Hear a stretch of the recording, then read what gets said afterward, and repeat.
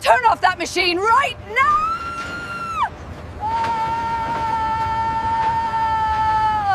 Turn off that machine right now. The woman's screech cut through the September heat like a knife through flesh.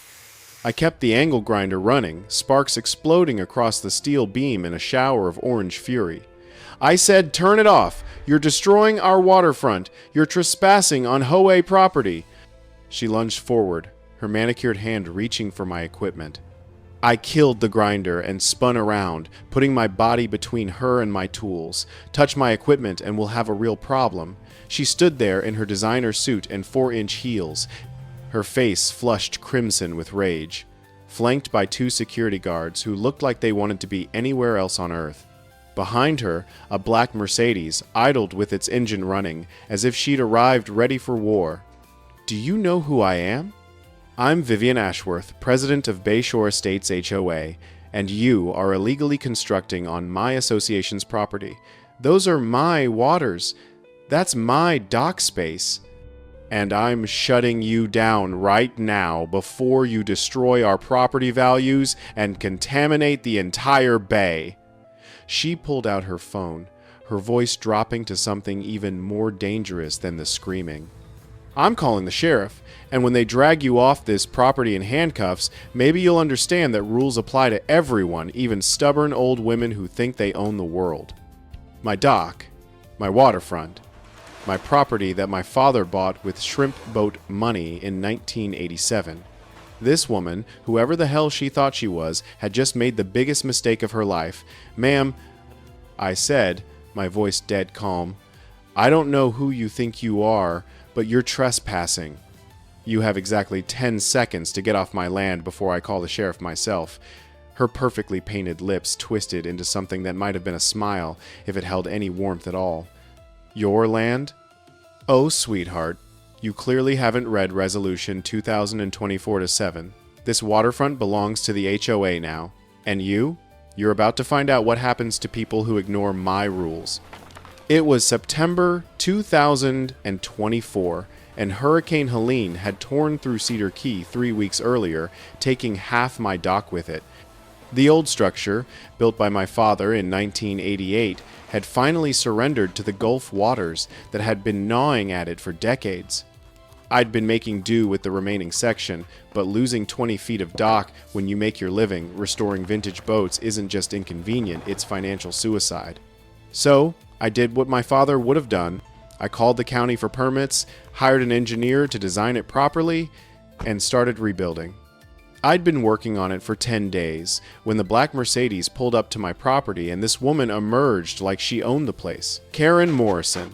That's me. 47 years old, marine carpenter, 3rd generation Cedar Key resident. I know fiberglass the way some people know poetry. I understand how salt water attacks metal, how Florida sun degrades wood, how to build something that'll last through hurricanes and heat and the relentless assault of time. And I know property law well enough to recognize a scam when it's standing on my waterfront in a $2,000 Blazer. Vivian Ashworth pulled a folder from her leather briefcase like she was serving a warrant. This is HOA Resolution 2024-7. It designates all waterfront access points within a half-mile radius as common areas, subject to association oversight and environmental impact fees. I took the document. It looked official, embossed letterhead, dense legal language, the kind of formatting designed to intimidate people who don't read carefully. The Bayshore Estates logo gleamed at the top in gold foil. I read it twice while she stood there with her arms crossed, confidence radiating off her like heat shimmer. This is interesting, I said, handing it back, except my property isn't part of Bayshore Estates. Never has been. Her smile tightened. The resolution doesn't only cover properties within the development, Miss Morrison. It addresses environmental concerns for the entire coastal zone. Your construction is creating runoff that affects our residents. You owe $500 in environmental impact fees plus $2,000 in unauthorized construction penalties. We can set up a payment plan if... I'd like to see the county recording for this resolution, I interrupted, the official document showing when my deed was modified to include HOA jurisdiction. The smile disappeared entirely. The resolution is filed with our HOA records. That's sufficient legal authority. No, I said slowly. It really isn't. The two security guards shifted uncomfortably. One of them was sweating through his uniform shirt despite the ocean breeze. Vivian's jaw tightened in a way that told me she wasn't used to being contradicted. Miss Morrison, I can see you're going to be difficult about this. Let me be clear, this dock construction stops today. If you continue, we'll pursue legal action and you'll find yourself facing far more than $2,500 in fees. She handed me a formal notice, got back in her Mercedes, and drove away. The security guards followed in their marked SUV. I stood there holding that notice in my work gloves, watching the dust settle on Dock Street, my street. The street my father had lived on since 1987, back when Cedar Key was still a fishing village and not a retirement destination for wealthy transplants. I went inside my workshop and pulled out the filing cabinet where I keep all the important documents. The property deed was in a waterproof sleeve, the paper aged but perfectly preserved. Waterfront Lot 23, Cedar Key, Florida. Purchased 1,987.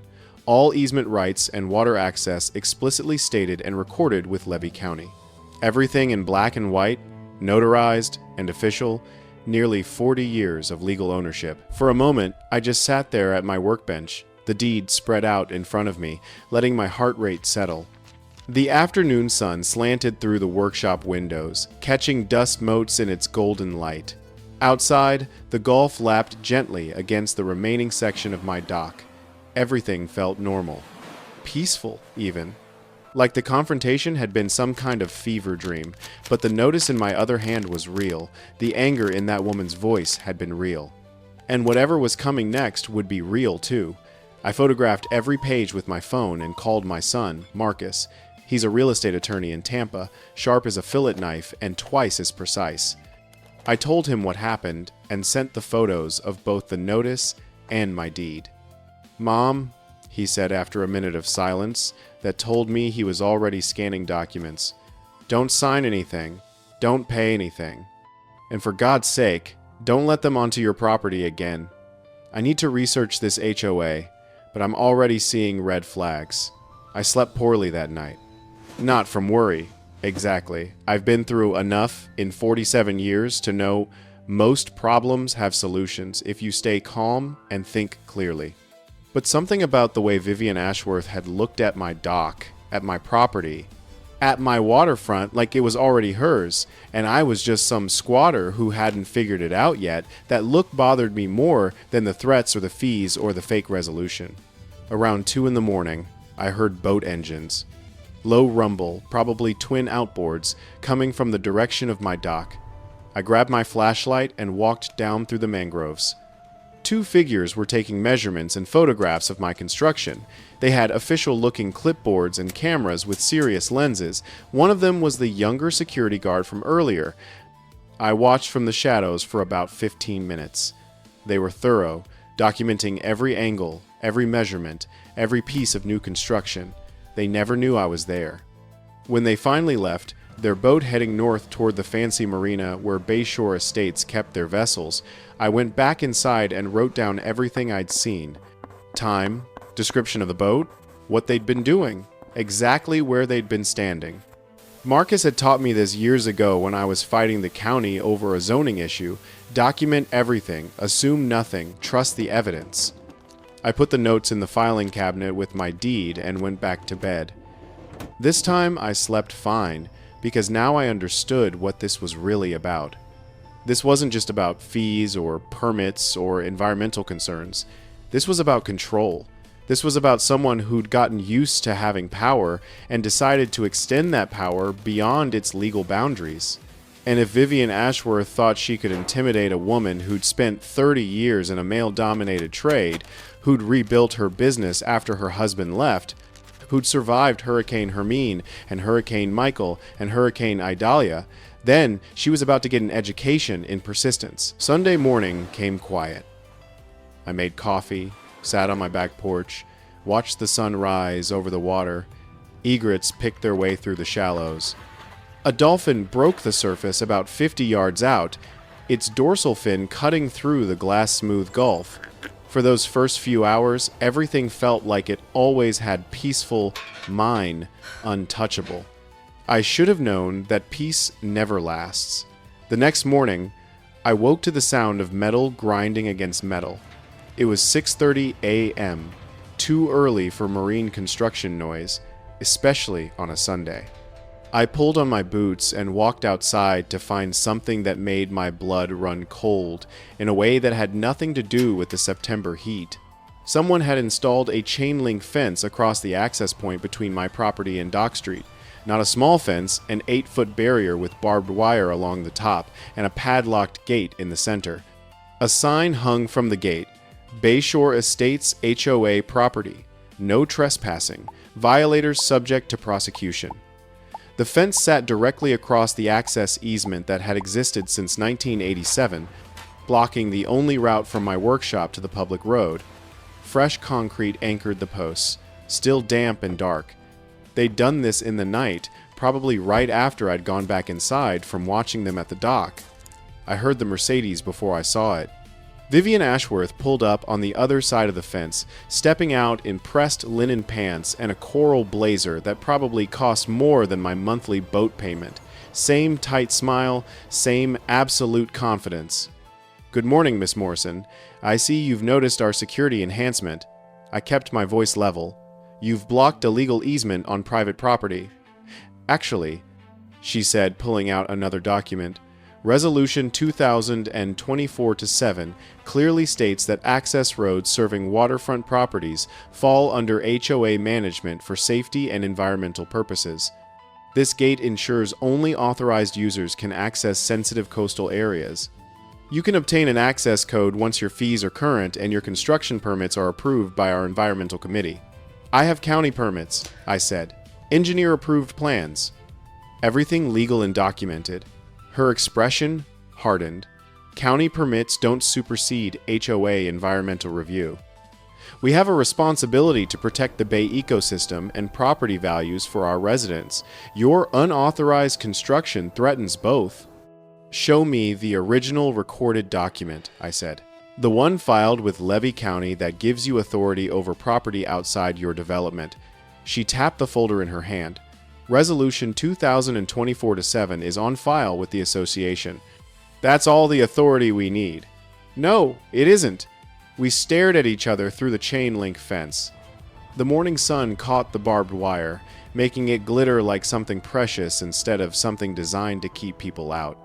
Behind her, a few Bayshore Estates residents had come out to watch, coffee cups in hand, witnessing the confrontation like it was morning entertainment. "Miss Morrison," Vivian said, her tone shifting to something that might have been mistaken for sympathy if you didn't listen carefully, "I understand you're upset. Change is difficult. But Cedar Key is evolving. We have standards now. Environmental protections, community guidelines. You can either adapt to those standards or find yourself increasingly isolated. The choice is yours." She handed me a business card through the fence. "My office hours are 9 to 5, Monday through Friday. We can discuss payment arrangements and environmental impact mitigation whenever you're ready to be reasonable." Then she got in her Mercedes and drove away. The residents watching from their golf carts and driveways drifted back to their Sunday brunches. I stood there alone, staring at the fence that blocked access to my own property, realizing that driving to the highway now meant a 3-mile detour through side streets and fishing paths. I called Marcus. He answered on the first ring, his voice sharp and awake despite it being Sunday morning. "She did what?" I told him about the fence. I heard him take a sharp breath. "Mom, listen carefully. Do not cut that fence. Do not damage it. Do not give them any reason to claim you're the aggressor. Photograph everything, the fence, the sign, the concrete, the exact location. I'm driving down there today." This just became a much bigger problem. I spent the next 2 hours documenting the fence from every angle. I measured the distance from my property line. The fence sat squarely on land that had been deeded to my family for 37 years, blocking an easement explicitly granted in the 1987 purchase agreement. I photographed the fresh concrete, the barbed wire, the threatening sign. I even found boot prints in the soft ground near the posts and photographed those too. Marcus arrived around noon, his Honda loaded with file boxes and his laptop case. He walked straight to the fence, studied it silently for 5 minutes, then pulled out his phone and started taking his own photographs. We went inside and spread everything across my workshop table. My original deed, the 1987 survey map, the county easement records, the HOA resolution Vivian had given me. Marcus read through the resolution 3 times, his jaw getting tighter with each pass. Mom, this document has no notary seal, no county clerk stamp, no official recording number. It's just printed paper with a logo. So it's fake? He held up his hand. Not necessarily fake. It might be an internal HOA document, something they passed at a board meeting. But it has absolutely zero legal authority over your property. Your deed is recorded with Levy County. It's been recorded for almost 4 decades. An HOA can't just declare jurisdiction over private land because they wrote a resolution and printed it on nice paper. What do we do? Marcus opened his laptop. First, I'm checking the county records to see if there's anything at all that might give them a legitimate claim. Second, I'm pulling Bayshore Estates' incorporation documents to see what their actual boundaries are. Third, we're filing an emergency motion to remove that fence. He worked for 4 hours, clicking through databases, making calls to colleagues, pulling up document after document. Finally, he turned the laptop around to show me a map. Look at this. This is Bayshore Estates' official boundary map from when they incorporated in 2015. See this property? He pointed to a lot marked as Lot 23, excluded from HOA jurisdiction. It was my property. It said it right there in their own incorporation documents. They knew, I said slowly. They've always known. Your property was explicitly excluded. It says it in black and white in documents they filed with the state 9 years ago. Then why are they doing this? Marcus pulled up another screen, Bayshore Estates' annual financial report from 2023. Because they're bleeding money. They've raised fees 3 times in 2 years, and residents are complaining. The marina needs repairs. The community pool needs resurfacing. They're looking for new revenue sources, and if they can bully you into paying fees, they can try the same thing with other waterfront property owners outside their development. You're the test case.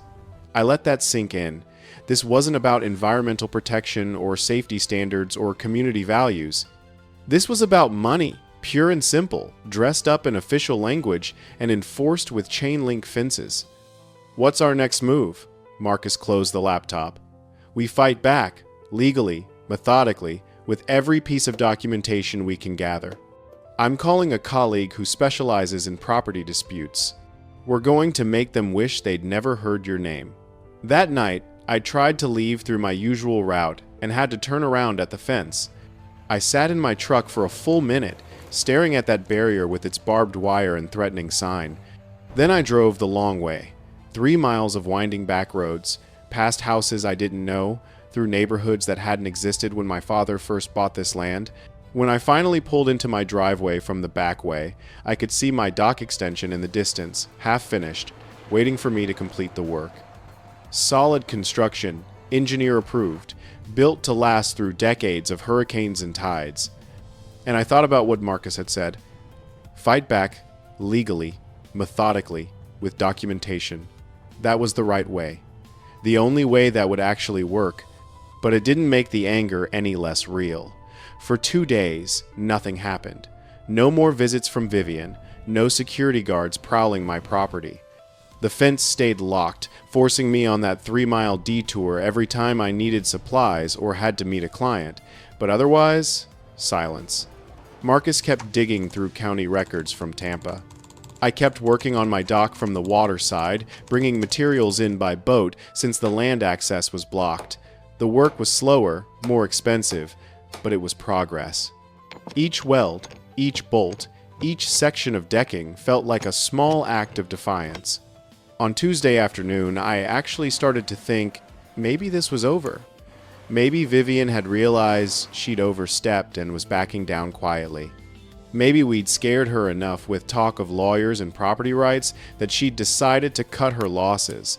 I should have known better. The Facebook post appeared 3 days after the fence went up. I don't spend much time on social media, but my neighbor called me Wednesday morning to tell me I should probably see what was being said about me online. I logged into Facebook on my phone and found it on the Bayshore Estates community page, a long post from Vivian Ashworth with the heading Community Safety Alert, Illegal Construction Threatens Bay Ecosystem. She'd attached photographs of my dock extension from angles that made it look unstable and dangerous. The images were carefully chosen, shots taken at low tide that emphasized the height of the structure, close-ups of construction materials that looked haphazard without context, pictures of sediment disturbance that made it seem like I was destroying the marine environment. The text was precisely crafted.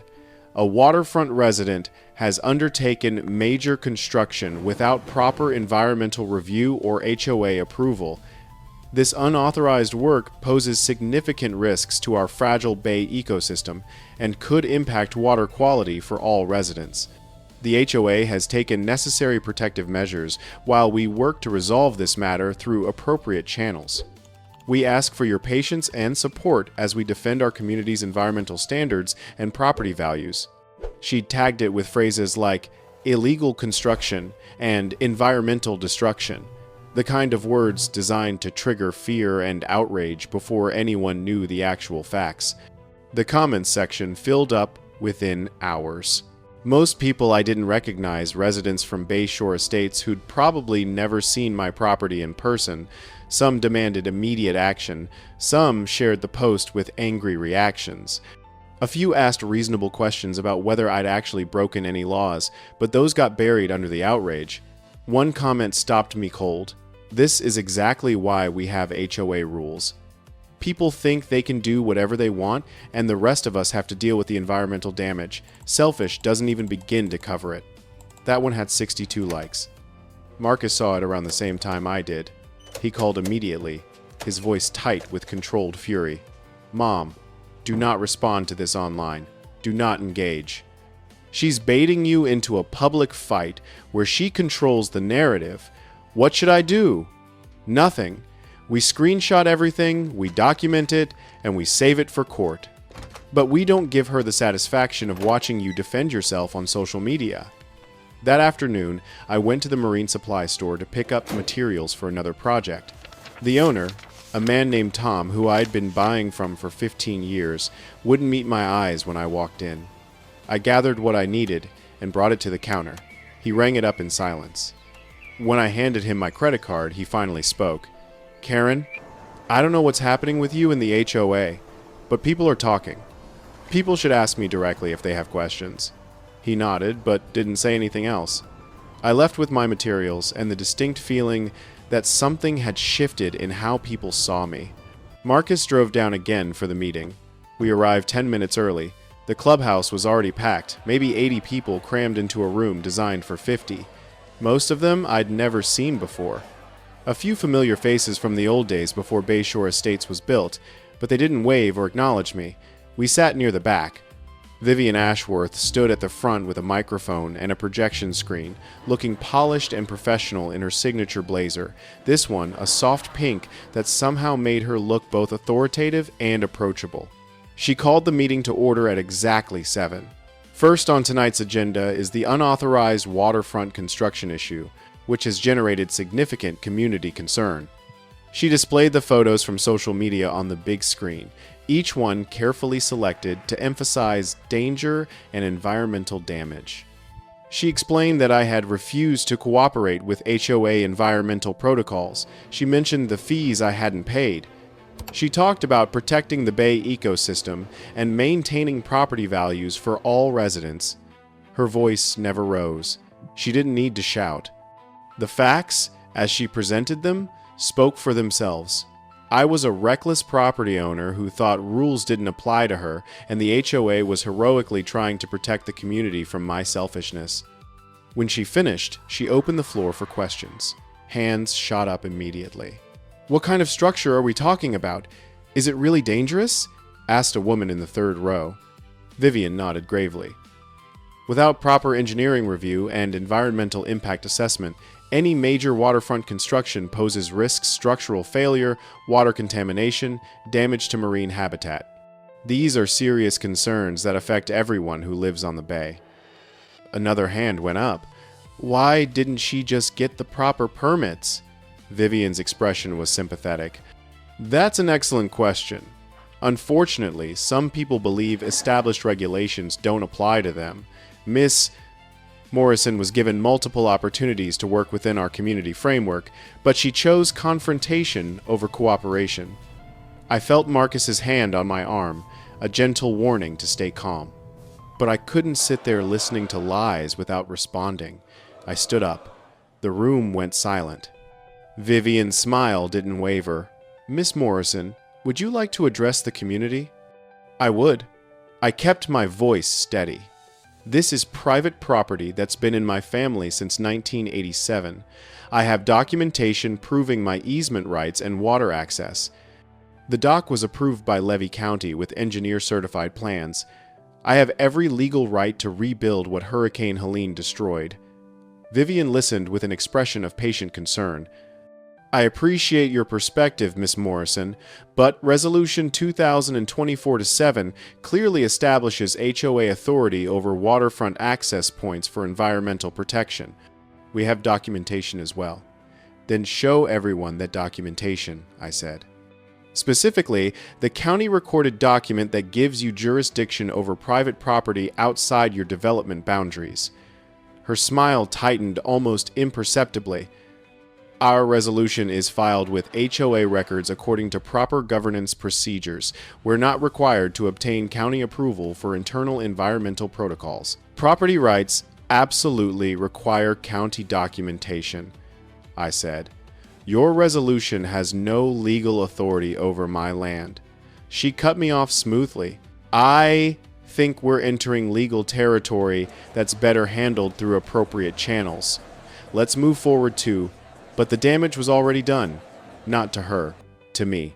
I could see it in the faces around the room. Some people looked uncomfortable, unsure who to believe. Others looked convinced I was the problem, the difficult neighbor who couldn't follow basic rules. A few looked angry that I'd disrupted their meeting with my selfishness. Vivian Ashworth had framed this perfectly. She was the reasonable authority figure protecting the community. I was the stubborn woman causing trouble. We stayed for the rest of the meeting, but nothing changed. When it ended, most people filed out without looking at me. A few gave sympathetic nods, but didn't approach. One woman I didn't recognize walked past and muttered loud enough for me to hear. Some people have no respect for the environment. In the parking lot, Marcus's jaw was clenched so tight I worried about his teeth. She's isolating you deliberately. Building a public case, so when this goes to court, she can claim community support. I stared at the clubhouse, at the lights inside where people were still standing around talking, probably about me. I know what we're up against now. We need evidence they can't dispute, Marcus said, and we need people willing to testify about what she's really doing. We drove back in silence. Marcus dropped me at my house and headed to his hotel, promising to come by first thing in the morning to strategize. I watched his taillights disappear down the road, then stood alone in my driveway. The night was clear. Stars scattered across the black sky like thrown diamonds. The Gulf whispered against my dock. In another life, on another night, this would have been beautiful, peaceful, mine.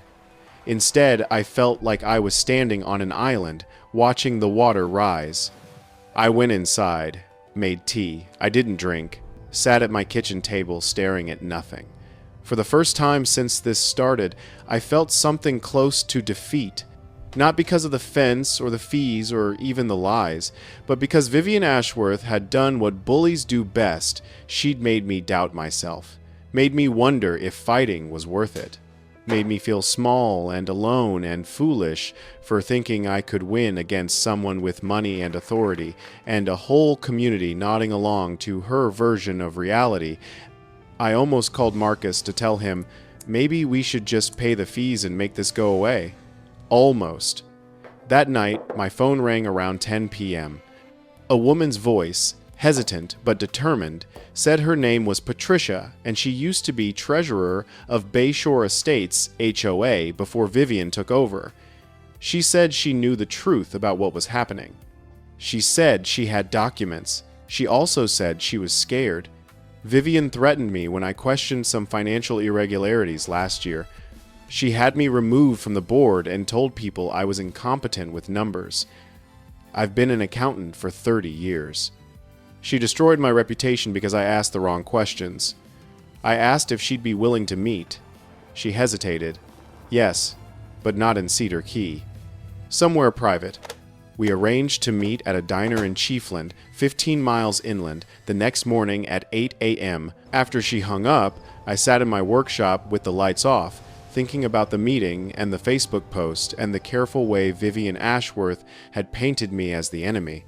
She was good at this, using official language and community concern to mask what was really a power grab and a money scheme. But now we had something we didn't have before. We had someone on the inside, someone who knew where the bodies were buried, and that changed everything. Patricia was already sitting in the back booth when Marcus and I arrived at the Chiefland diner. She'd ordered coffee but hadn't touched it. Her hands trembled slightly when she shook mine. She looked like someone who'd been carrying a heavy secret for too long and was finally ready to put it down. She didn't waste time with small talk. I have emails, financial records, meeting notes from before Vivian forced me out. She's been running Bayshore Estates like her personal ATM for 3 years. She pulled a flash drive from her purse and slid it across the table. Everything's on here. Dates, amounts, vendors that don't exist. Last year alone, she funneled $75,000 to a property management company owned by her brother-in-law. The board approved it because she told them it was necessary for community security. Most of them don't even read the financial reports.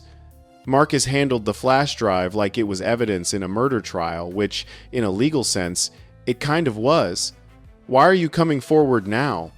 Patricia's voice steadied. Because what she's doing to you, she did to me.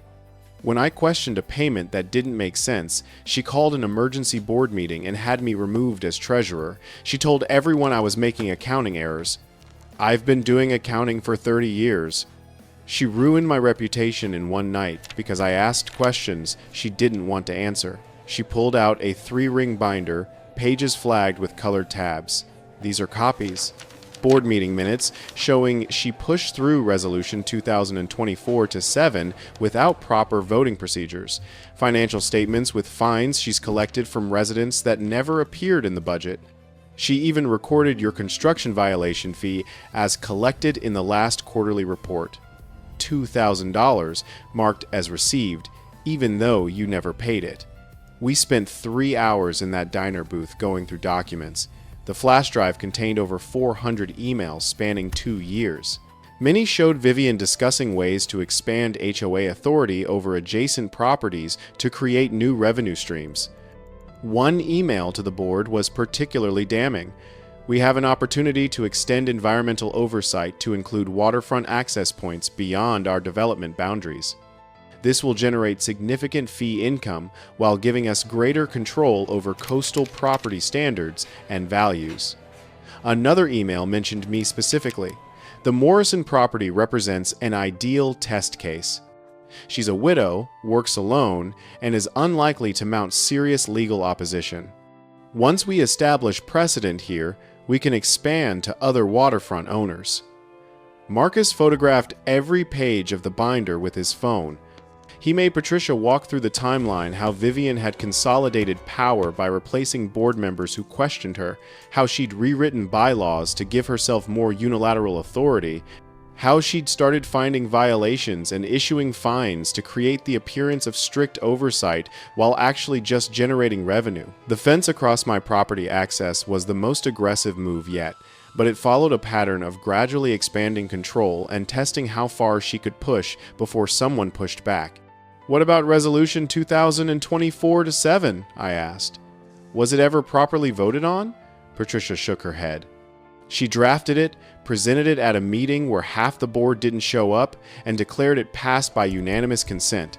There's no record of an actual vote. It's not filed with Levy County because it's not a legal document, it's just something she printed to make her authority look official. Marcus added that to his notes. He'd been right from the beginning. The resolution was worthless. Before we left, Patricia grabbed my hand. Be careful. She's not going to back down easily. She's invested everything in this image of herself as the person who brought order and standards to Cedar Key. If you expose her, she'll fight dirty. We've already seen that, I said. She shook her head. You haven't seen the worst yet. When she feels cornered, she gets vicious. Document everything. Don't give her any ammunition. We drove back with the flash drive and copies of the binder secured in Marcus's briefcase. He'd already scheduled an appointment with a property attorney. He knew a woman who specialized in HOA disputes and had a reputation for not backing down from bullies. That weekend, Marcus built a case file. He cross-referenced emails with financial records, highlighted contradictions, mapped out a timeline of Vivian's pattern of abuse. By Sunday night, he had a 150-page document with tabs and summaries and a narrative that was impossible to ignore. I looked at that file and thought about the community meeting where I'd been made to look like a selfish troublemaker. The Facebook post that had turned neighbors against me. The fence that forced me to drive 3 miles out of my way every day. All of it had been calculated. All of it had been part of a pattern. But now we had proof. Not just my word against hers, not just old deeds and property maps. We had her own words, her own emails, her own financial records, showing exactly what she'd been doing and why. The question was whether the legal system would care enough to stop her. Monday morning, I woke up feeling something I hadn't felt in weeks. Hope. Not the desperate, clinging to straws kind of hope. The real kind. The kind that comes from knowing you're right and having the evidence to prove it. I made breakfast, eggs, toast, strong coffee, ate slowly on my porch, watching the sun climb over the Gulf. A great blue heron landed on my half-finished dock and stood there like a sentinel, completely still, scanning the shallows for fish. Everything felt different now. The fence was still there, blocking my road. The Facebook post was still up, poisoning people's minds against me. Vivian was still out there, probably planning her next move. But we had ammunition now. We had Patricia's courage and Marcus's legal mind, and a paper trail that would make even the most corrupt judge sit up and take notice. For the first time since this nightmare started, I felt like maybe, just maybe, we could win this thing. The emergency hearing was scheduled for 2 weeks later at the Levy County Courthouse in Bronson. Marcus had filed for an immediate injunction demanding removal of the fence and a restraining order against further HOA interference with my property rights. The judge assigned to the case had a reputation for being no-nonsense and fair, which Marcus said was exactly what we needed. The hearing was open to the public, and Marcus had made sure every Bayshore Estates resident with an email address knew about it.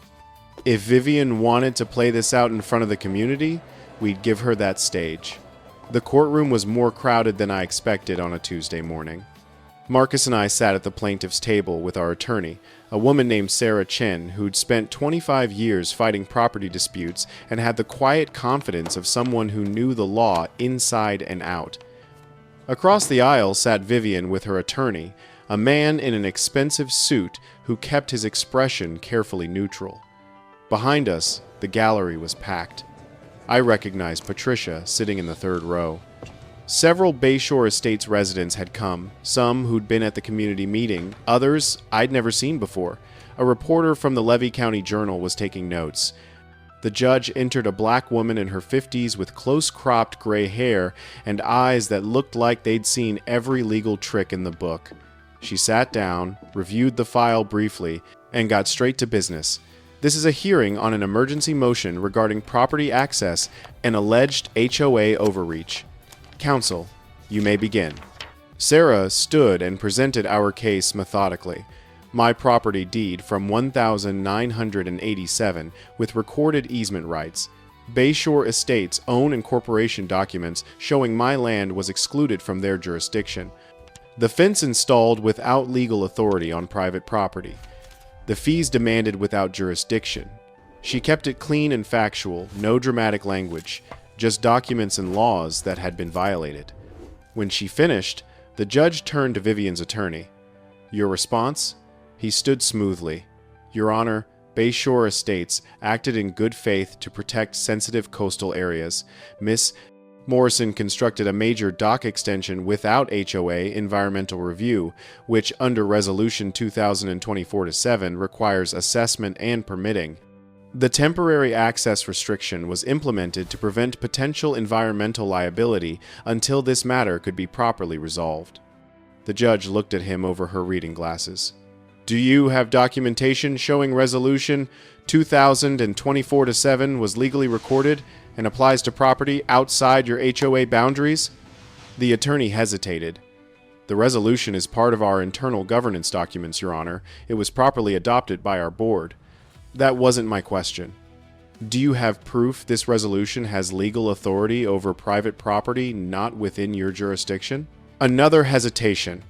We believe the environmental protection provisions give us reasonable oversight of adjacent waterfront activities. Sarah stood. Your Honor, if I may present additional evidence. The judge nodded.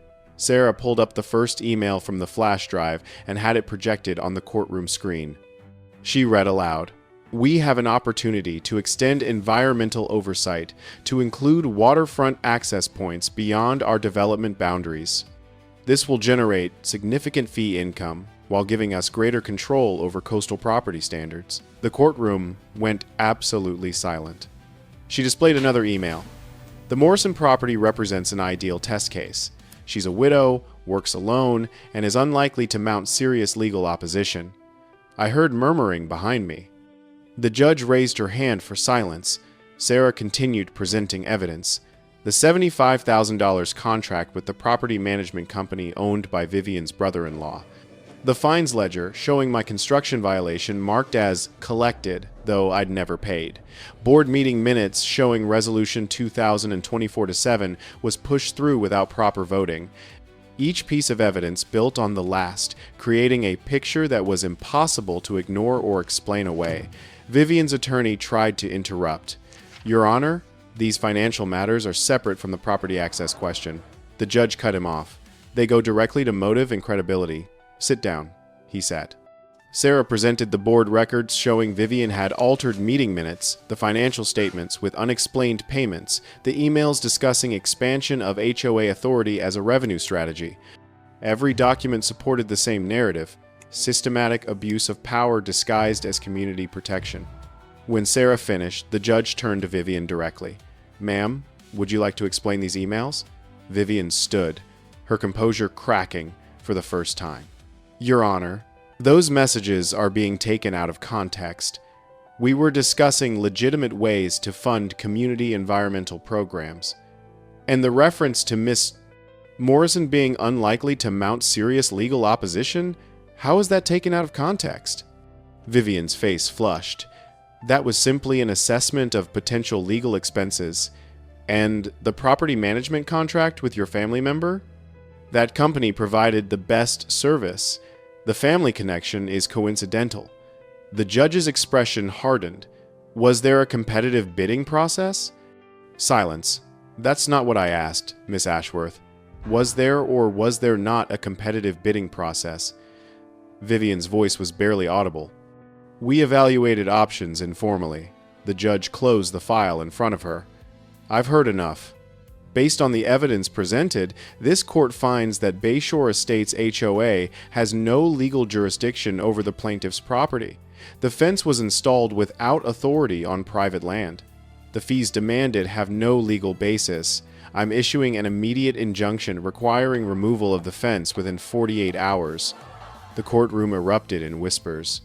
The judge's gavel came down hard. Furthermore, I'm ordering an independent audit of HOA finances and referring this matter to the state attorney's office for investigation of potential fraud, embezzlement, and abuse of fiduciary duty. There will be a full hearing on damages and penalties next week, but the emergency relief is granted effective immediately. The fence comes down. Miss Morrison's property rights are restored, and this HOA will submit to financial oversight until this is fully resolved. She stood. We're adjourned. I sat there for a moment, barely processing what had just happened. Marcus squeezed my shoulder. "We won, Mom!" Vivian was already heading for the exit, her attorney close behind, avoiding eye contact with everyone. As we walked out, Patricia caught up with us in the hallway, tears streaming down her face. Thank you. She needed to be stopped. Other residents approached, some apologizing for believing the social media posts, others asking how they could get copies of the financial records. People were starting to understand what had been hidden. The reporter stopped me outside. "Any comment on the ruling?" I kept it simple. The law worked the way it should. Property rights matter. That's all. We drove back to Cedar Key in a kind of stunned silence. Marcus kept glancing over at me like he was waiting for me to react, to celebrate, to say something, but I couldn't find words yet. I'd spent weeks bracing for a fight, preparing for the worst, building walls around myself to survive the isolation and attacks, and now, suddenly, it was over. Or at least the first part was. "Mom?" Marcus finally said as we pulled into my driveway. "Are you okay?" I looked out at my property. My dock, my waterfront. The fence was still there, but the judge had ordered it down within 48 hours. In 2 days, I'd have my road back, my access, my freedom. "I think I am," I said. "I think I really am."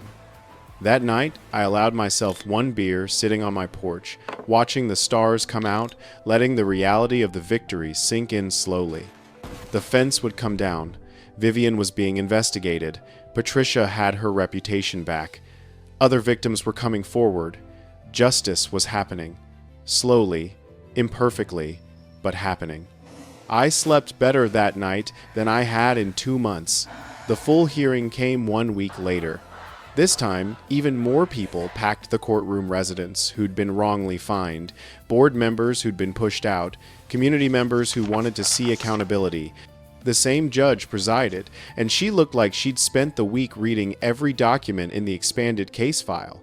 Sarah had submitted another 100 pages of evidence, including testimony from 4 other property owners who'd been targeted with questionable violations and fees.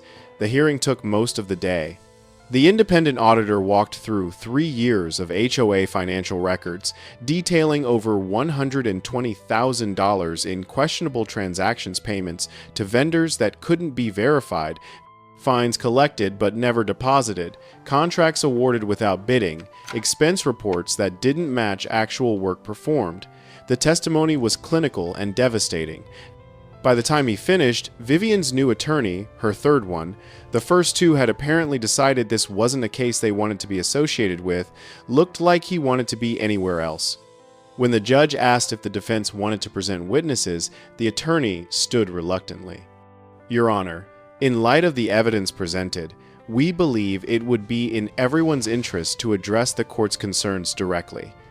Our client wishes to make a statement." The judge nodded. Vivian stood, looking smaller than she had at the community meeting, less certain. "Your Honor, I want to apologize to Miss Morrison and to the Bay Shore Estates community. I made serious errors in judgment. I allowed my commitment to maintaining community standards to override proper procedures and legal boundaries. I accept full responsibility." The judge's expression didn't soften. "Miss Ashworth, these weren't errors in judgment. This was a calculated pattern of financial misconduct and abuse of authority. You targeted a property owner who had every legal right to rebuild her dock. You manufactured violations to collect fees. You enriched family members through HOA contracts. You attempted to intimidate anyone who questioned you. Do you understand the severity of what you've done?" Vivian's voice cracked. "I do, Your Honor. Sit down." After a brief recess, the judge returned with her ruling. She read it carefully, her voice carrying through the silent courtroom. After reviewing all evidence and testimony, this court finds in favor of the plaintiff on all counts. Bay Shore Estates HOA had no legal authority over Miss Morrison's property. The fence was unlawfully installed. The fees were baseless. The court awards the plaintiff $8,000 in damages for harassment and interference with property rights, plus attorney's fees. She paused. Additionally, the court orders complete restructuring of HOA financial oversight, including mandatory quarterly external audits and removal of Miss Ashworth from all financial decision-making authority.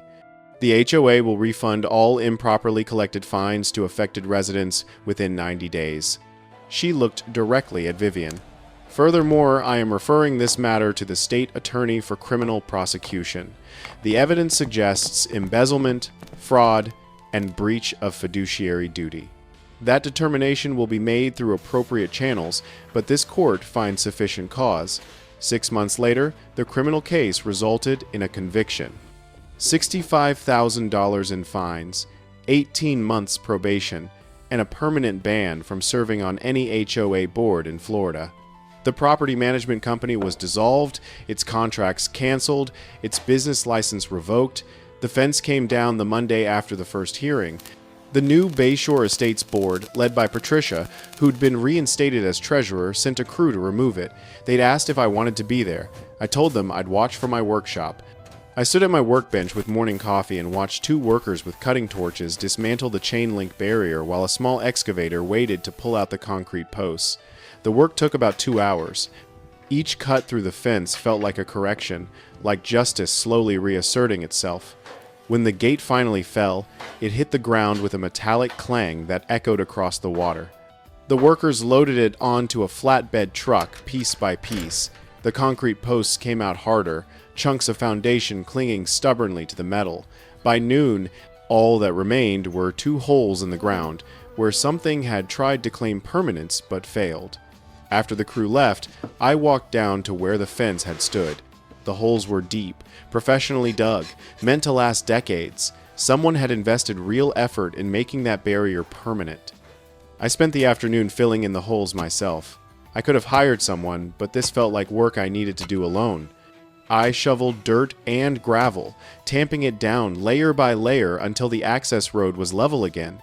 The physical work felt good, honest, in a way that courtrooms and legal documents never quite are. Around 4, I heard footsteps. Patricia walked up, carrying a cooler with 2 bottles of water. She handed me one without saying anything. We stood there together, looking at the patched ground. I should have done something sooner, she finally said. When I saw what she was doing, I should have spoken up before it got this far. You did what you could when you could. That's all anyone can do. She helped me spread grass seed over the disturbed areas. We worked without talking much, just 2 women trying to erase evidence of something that shouldn't have happened. When we finished, Patricia headed home. I stood alone on the newly patched road, looking toward my dock in the distance. The afternoon sun painted everything gold, the water, the mangroves, the dock that had started this whole nightmare. I walked down to the end of the dock and just sat there for a while, feet dangling over the water, watching boats pass in the distance. A pelican landed on one of my new pilings, folded its wings, and settled in like it had always been there. Like this dock had always been here, like nothing had ever been wrong. The peace felt earned this time, not stolen, or temporary, or fragile. Earned. That evening, I received a call from the state attorney's office confirming details for the criminal case. 2 other HOA members had come forward with similar stories of being targeted and intimidated. The case was growing beyond just my property. It was about a pattern of abuse that had affected dozens of people. After the call, I walked down to my dock. The extension stood solid in the fading light, steel and composite materials doing exactly what they were designed to do. I ran my hand along the welds, checking for stress from habit. Everything held. I stood at the end of the dock and looked out at the Gulf. The water moved like it always had, indifferent to property lines and legal battles and human conflicts over who owned what. It just flowed with the tides, constant and unchanging. Marcus called around 8. He'd been following up with Sarah about the damages award and wanted to confirm Bayshore Estates' insurance would cover it. He also mentioned that 5 residents had reached out asking if he could review their own disputes with the previous board. "We did what we set out to do," he said. "We proved the truth and held someone accountable." Before we hung up, he asked how I was feeling. "Relieved," I said. "Not happy exactly. Just relieved. It's over. It's okay to be angry, Mom." What she did was wrong. I was angry, but anger doesn't build anything, it just burns. What I feel now is different, a quiet certainty that justice, when you can find it, doesn't need to be loud, it just needs to be real. That night, I slept deeply for the first time in months. No fence blocking my access, no threat of legal action, no social media posts painting me as a danger to the community, just my house on my waterfront with my dock connecting me to the Gulf. 3 months later, I finished the dock extension. I'd taken my time with the final details, proper ceiling, reinforced joints, a small sitting area at the end where I could watch the sunset over the water. When I finally drove the last bolt and tested the whole structure, it felt like more than just completing a construction project. It felt like reclaiming something that should never have been questioned in the first place. The sign went up on a Saturday in December. I'd been thinking about it since the criminal case concluded, talking it through with Marcus and Patricia. The dock needed a name, something that acknowledged what had happened without being bitter about it. I made it in my workshop a piece of marine-grade steel welded to posts, letters cut and attached with precision. Morrison's Landing. Since 1987, built with honest work and stubborn justice. Marcus drove down to help me install it. We picked a spot at the dock entrance, visible from both the water and the road, where anyone using the Gulf would see it. He held the post steady while I set it in concrete. We worked in comfortable silence. When the concrete had cured and the sign was secure, we stood back to look at it. The late afternoon sun caught the steel, making the letters shine against the water behind it. "Dad would be proud," Marcus said quietly. I nodded, not trusting my voice. My father had bought this waterfront so his family would always have access to the Gulf he'd made his living from. Now that waterfront had our name on it, and everyone who passed would know someone had cared enough to fight for it. A few days later, a neighbor I'd known for years stopped by. He'd been one of the people who'd avoided me during the HOA controversy. He looked uncomfortable standing on my dock. "Karen, I owe you an apology. I believed what I heard at that meeting. I should have asked you directly instead of assuming. We all make mistakes when we only hear one side of a story. What matters is what you do when you learn the truth." He thanked me and mentioned that Bayshore Estates residents had been talking about establishing real oversight procedures to prevent anything like this from happening. Again, that made me hopeful, not that it couldn't happen again, but that people were thinking about how to prevent it. The light faded and the stars came out one by one. I sat on my dock looking at the water I'd fought to keep access to, the structure I'd built with my own hands, the sign that would outlast me. This waterfront had been in my family for 37 years. It would pass to Marcus eventually, maybe to his children after that. Each generation would add their own story, their own struggles and victories, their own docks and boats and battles. But they'd do it knowing that once, when it mattered, someone had stood up and proved that manufactured authority means nothing without legitimate power behind it. That property rights matter. That justice, however slow, is possible when you refuse to give up. The water doesn't forget. And the people who protect what's theirs, who fight for it when fighting is required, and nurture it when nurturing is needed, they become part of the water's memory. My father understood that. Now I understand it too. And someday Marcus will teach it to whoever comes next. That's how dignity survives. That's how justice endures. Not through grand gestures or triumphant speeches, but through the quiet insistence that what's right is worth defending, no matter the cost.